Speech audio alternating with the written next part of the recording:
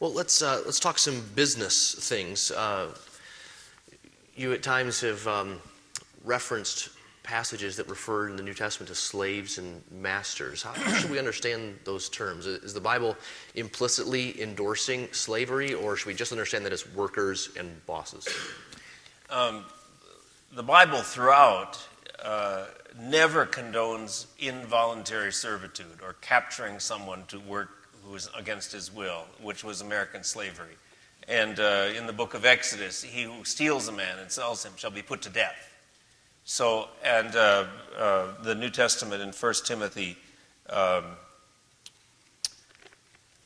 in 1 Timothy 1 lists a number of sins. The law is laid down for the lawless and disobedient, ungodly, sinners, 1 Timothy 1:9, unholy and profane, for those who strike their fathers and mothers, for murderers, the sexually immoral, men who practice homosexuality, enslavers.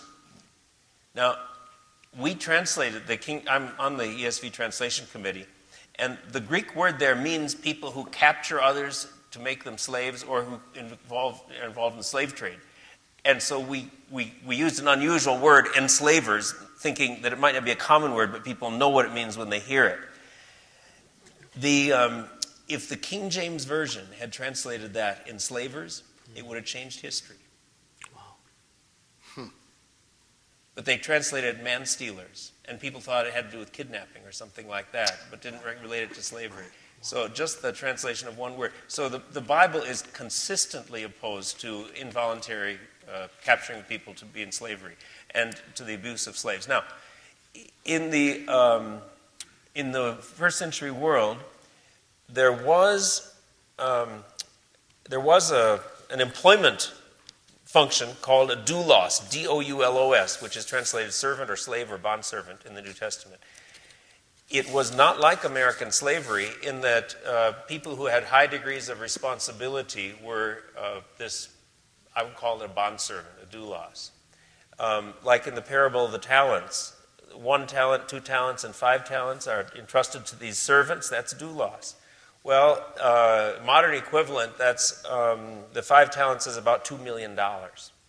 So the master says, here's $2 million to this servant, and then goes off to a far country. And in the first century, this doulos, they were teachers, they were foremen, they were shop managers, they were physicians.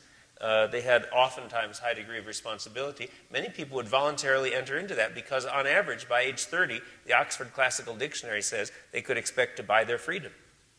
So it was a way to gain regular employment. They were a much higher social category than the day laborers who went into the market each day hoping to find work, but didn't have regular employment. And there was a separate system of Roman law that protected these people against certain defrauding and abuse, and they were paid and they had their own possessions.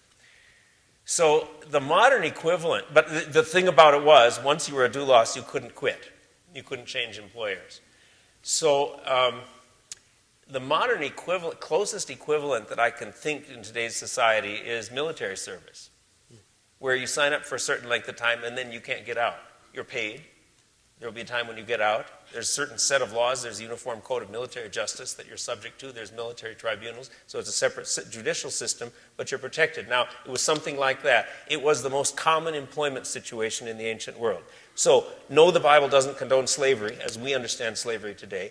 Second, yes, it is the closest parallel to employer-employee relationships today. So the master-servant verses do apply directly to us. Good. That's helpful. Well, how is one to behave in an economic structure where bribes are not only commonplace, but they're needed for businesses to succeed? Obviously, a place outside the U.S. Yeah. I want to distinguish there, Ryan, between paying somebody to do wrong, which is always wrong, and paying someone to do what he ought to do anyway, like stamp your license or something like that.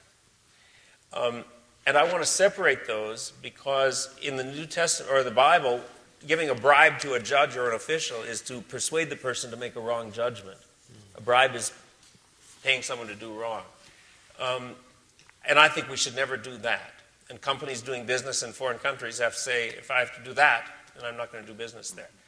But paying someone because he's just expecting a tip before he does the service tip. If it's just paying the person to do what he ought to do, I have less problem with that. We give tips afterward. Right. Yeah. So I don't think calling them all bribes and putting them all in the same category is the most helpful. It doesn't allow precision of thinking. Does that help?